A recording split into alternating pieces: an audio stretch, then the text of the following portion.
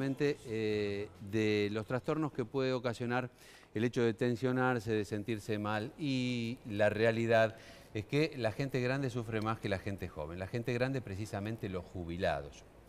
Vos decías hace un ratito, Horacio, que bueno, precisamente todo este tema de modificación de la ley previsional, etcétera, a la gente la pone mal. Exacerba. Bueno. Exacerba situaciones, o a lo mejor que traía, Totalmente. o dispara otros mecanismos que en ese momento, hasta ese momento, tal vez no los desconocía. Pero como nosotros realmente somos completos y pensamos absolutamente en todo, que vos o yo hablemos de la reforma previsional, olvídate. No tiene sentido. No.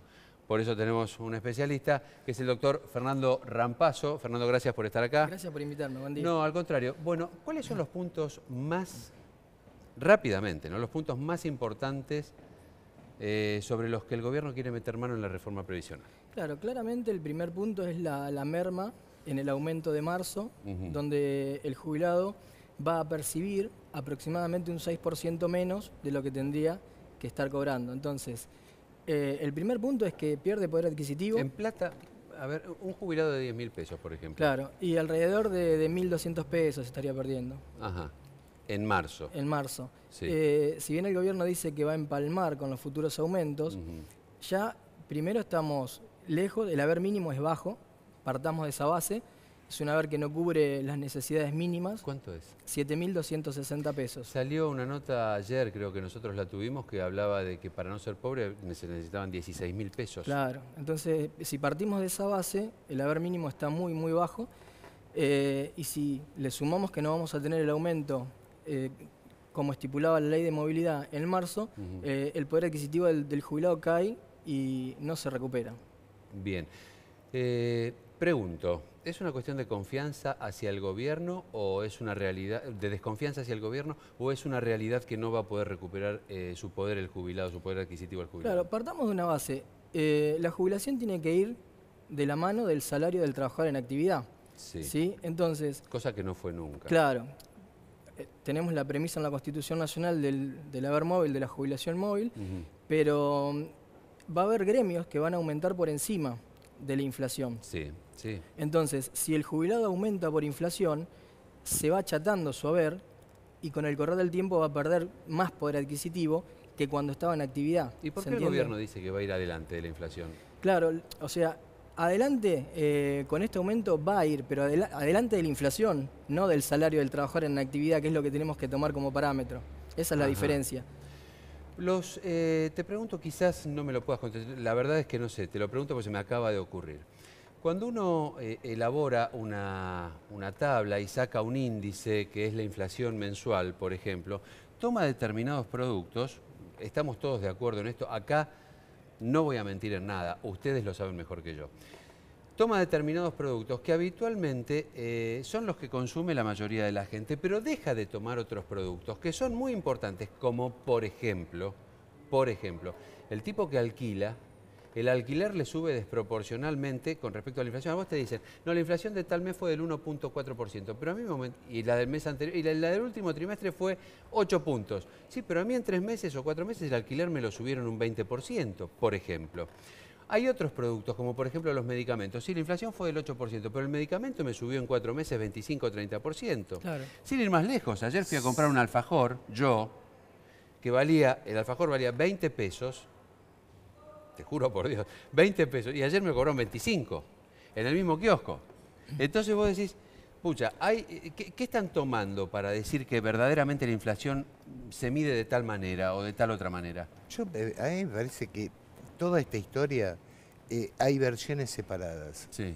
Vos escuchás un camino, tenés una versión, una campana, sí, en la cual decís, estamos bárbaros. Vas por el otro lado y decís, no, estamos muy mal. No, pero el 9% del aumento de las obras sociales no es un invento mío. No, pero vos fíjate, los medicamentos aumentaron más del 150%. Eso es lo que te estoy diciendo. Más del 150% en el año. Ajá, eso es lo que te estoy diciendo. Una cosa increíble. Claro, la otra problemática es que PAMI está retirando su cobertura y cada vez se está cubriendo menos medicamentos. Entonces el jubilado no solo pierde poder adquisitivo, sino que antes, cuando tenía los medicamentos al 100% y no tenía que desembolsar dinero en medicamentos, ahora lo tiene que hacer. ¿Vos crees que se están equivocando respecto de dónde están apretando? Porque, por ejemplo, con el PAMI, en el PAMI hubo mucho, como se dice habitualmente, ¿no? Perdón, pero hubo mucho curro. Sí, sí, Las sin sillas duda. de ruedas arrumbadas, cosas que se facturaban y no se hacían nunca. Vos estás en el ambiente, vos sabés de lo que estoy hablando. Se le pagaba a prestadores que nunca prestaron servicios, etcétera, etcétera. Entonces, ¿vos crees que están errando el lugar a donde están achicando o realmente en el PAMI se necesita un ajuste para que después mejore?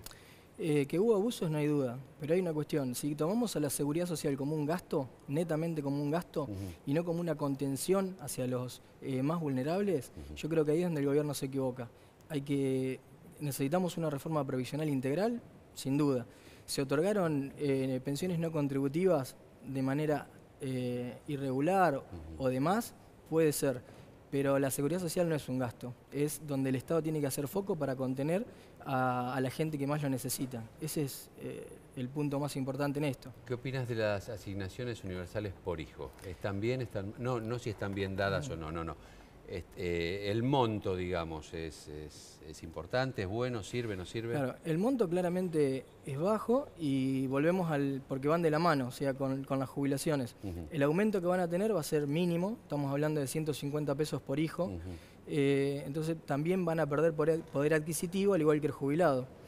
Por eso te preguntaba, porque recién hablábamos de los jubilados, pero la asignación universal por hijo toca a la gente joven. Entonces, el estrés no es solamente de los jubilados, para la gente grande, también es para la gente joven, que tiene problemas a futuro. Todo esto genera trastornos. Todo, absolutamente. Ahora, una sola pregunta te hago.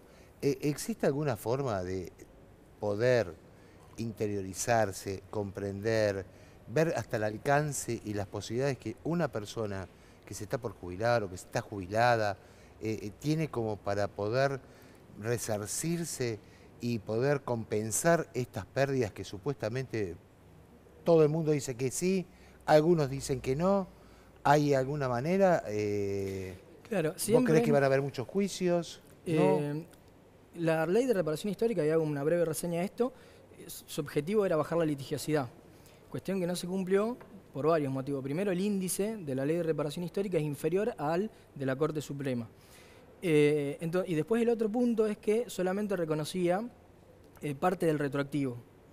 Y había gente que está litigando contra ANSES hace 8 o 10 años. Entonces, por eso también fue que la ley de reparación histórica no cumplió su objetivo.